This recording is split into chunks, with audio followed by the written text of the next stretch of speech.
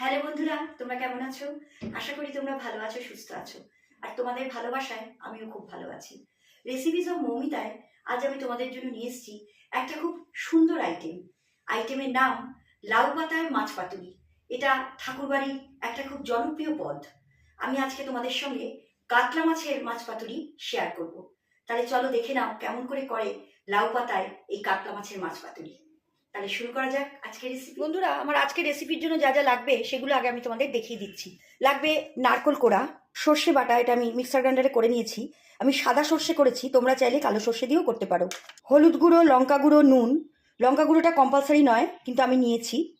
4টে গোটা কাঁচা লঙ্কা, 4 পিস মাছ আছে, এখানে আমি শ্যালো ফ্রাই করে নিয়েছি হালকা করে একদম তেলের মধ্যে দিয়ে। আর এখানে আছে 4টে লাউ পাতা। তাহলে চলো শুরু করা যাক আজকের রেসিপি। বন্ধুরা, প্রথমে আমি সমস্তগুলো এক জায়গায় করে মেখে নেব।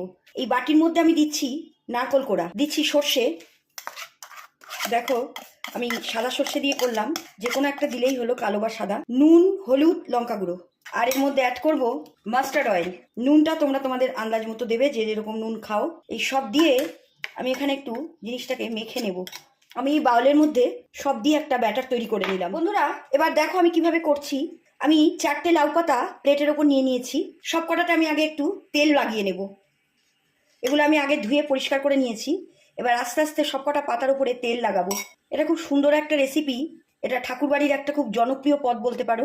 তোমরা কিন্তু বাড়িতে অবশ্যই এটা ট্রাই করো। দেখো আমি কিভাবে করছি। খুব আস্তে আস্তে মাখাবে, যেন পাতা ছিঁড়ে না যায়। আমি ভালো করে আগে 4টে পাতাতে তেল লাগিয়ে নিলাম। এবার আমি একটা একটা করে পাতায় একটা একটা করে মাছ দেব। আমি তোমাদের দেখিয়ে দিচ্ছি। এইভাবে পাতাটা পাতবে, তোমরা 1 পিস মাছ আগে এর উপর দেবে। যেটা আমি করে রেখেছিলাম বাউলের মধ্যে, এটা একটু করে দিয়ে মাছের উপর দিয়ে ভালো করে তোমরা মাখিয়ে নেবে আগে, কেন এটাতেই কিন্তু টেস্ট আসবে। পুরো মাছের গায়ে সব দিক দিয়ে তোমরা জিনিসটা স্প্রেড করে নেবে। আমি হালকা একটু শ্যালো ফ্রাই করে নিয়েছি, তাতে টেস্ট আরও ভালো হয়। এবার আমি দিচ্ছি এর ওপর একটা কাঁচা লঙ্কা, আর আমি অল্প করে একটু মাস্টার্ড অয়েলের ওপর ছড়িয়ে দেব। এবার এই মোটাটা ছিঁড়ে নেব। ছিঁড়ে দিলাম। এবার আমি এটাকে ভাজ করব।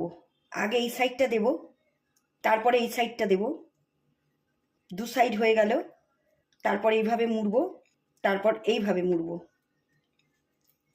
এবার এই যে সুতো, এই সুতো দিয়ে আমি বেঁধে দেব।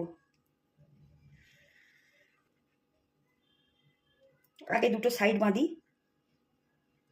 তাড়াহুড়ো করলে হবে না, একটু আস্তে আস্তে করতে হবে।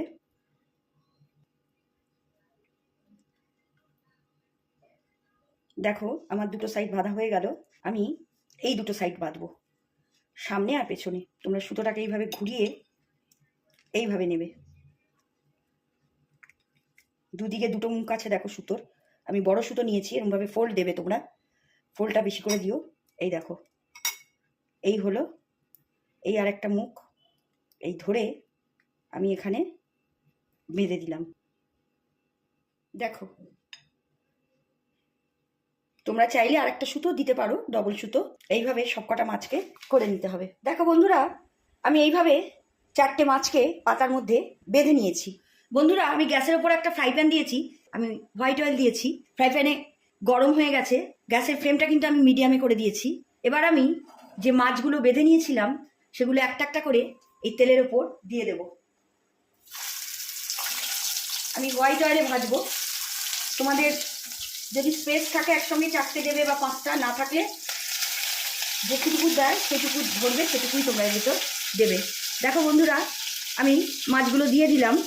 এবার গ্যাসের ফ্লেমটাকে একদম লোতে করে আমি 10 মিনিটের জন্য এটাকে ভাজতে দেবো। আমার এক সাইড এখনো হচ্ছে, হয়ে গেলে আমি উল্টে দেবো। এখনো হয়নি। চিংড়ি মাছ, ইলিশ মাছ এগুলোর ক্ষেত্রে লাগে না, কিন্তু অন্য কোনো মাছ দিয়ে যদি তোমরা করো, অন্য মাছ দিয়ে এটা করা যায়। আমি কাতলা দিয়ে করলাম।